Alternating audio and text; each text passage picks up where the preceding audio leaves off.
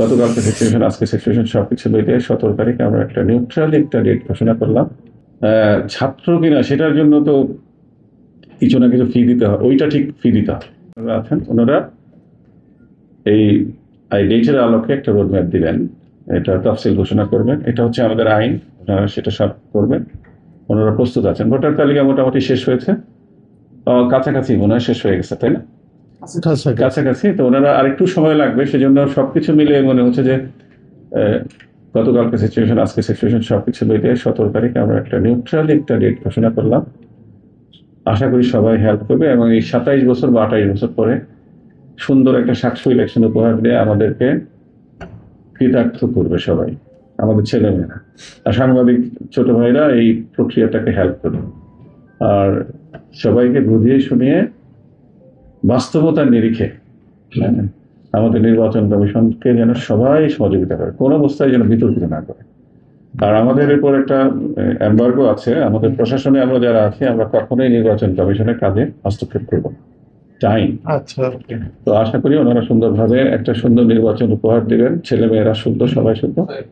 তো এই এই বিষয়ে আমি তোমাদের সবারই সাহায্য চাচ্ছি, প্লাস আল্লাহ পাক আমাদের সহায় হন, আল্লাহ হাফেজ। আর বেশি না বাড়াই। তো 17 তারিখ ইনশাল্লাহ, no matter what, we are trying to do the election on. টানা তৃতীয়বার অর্জন করেছে দেশের সেরা সুপার ব্র্যান্ড স্বীকৃতি বসুন্ধরা টিস্যু।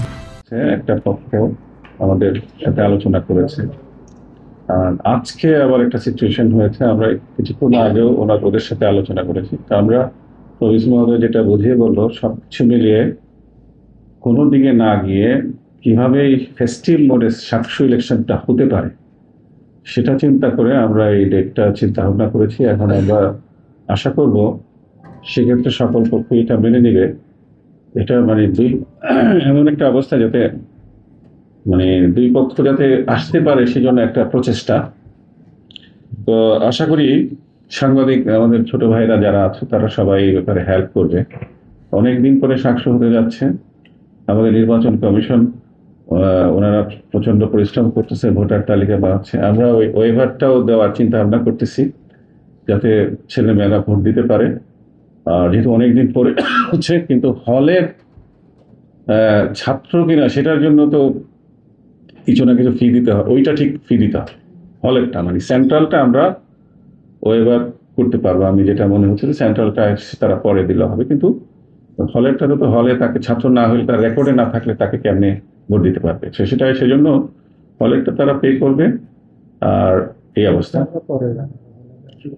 তো আমরা তারপরে এটা আমরা দেখবো যে কি করা যায় হলের ব্যাপারটা বা পুরো ব্যাপারটা। তা আমরা সব দিক বিবেচনা করে অনেক চিন্তা ভাবনা করে 17 তারিখ, আমরা 17ই ডিসেম্বর সাকসু নির্বাচনের ডেট ঘোষণা করছি। তা আমরা আশা করবো আল্লাহ চাহে তো আমাদের এই প্রচেষ্টাটা সফল হবে। আমাদের নির্বাচন কমিশনকে সবাই তোমরা সহযোগিতা করবে, এটা আমার আশা আর কি।